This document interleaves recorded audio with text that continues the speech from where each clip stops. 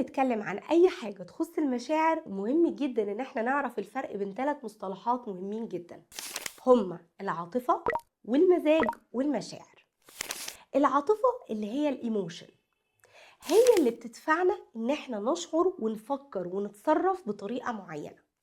هي أفكار بتنعكس في شكل أعراض بدنية، وهي ردة أفعالك وتعاملك مع كل المؤثرات الخارجية.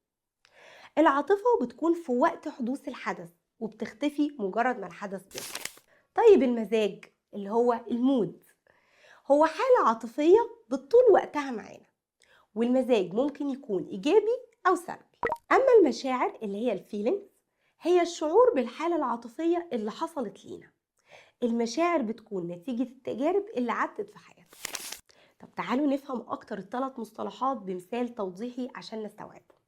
في يوم عادي لقيتي فيه هدية جايالك من واحدة صاحبتك ما كنتيش تتوقعي إنها هتبعتلك هدية. هنا دي عاطفة المفاجأة. فتحتي الهدية ولقيتيها حاجة كان نفسك فيها جدا، فمزاجك فضل طول اليوم جميل ورايق.